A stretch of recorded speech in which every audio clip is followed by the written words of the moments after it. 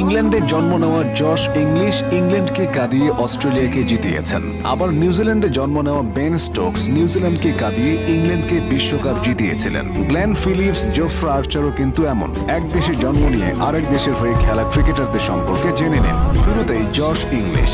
জীবনের প্রথম ওয়ানডে সেঞ্চুরিটা তিনি জন্মভূমির বিরুদ্ধেই করেছেন। ঘরের ছেলে ঘরেই দিয়েছেন।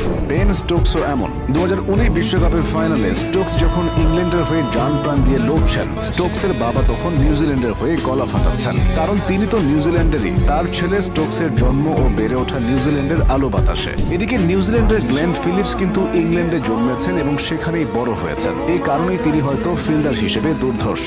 পাকিস্তানে জন্ম নেওয়া আরেক তারকা ক্রিকেটারের নাম সিকান্দার রাজা। 1986 সালে পাকিস্তানের শিয়ালকোটে সিকান্দার রাজার জন্ম হয়। 2001 সালে রাজা পাড়ি জমান তার নতুন দেশে। জিম্বাবুয়ের ঘরোয়া পর্যায়ে খেলা শুরু করা এই অলরাউন্ডারের দুর্দান্ত পারফরম্যান্সে নজরে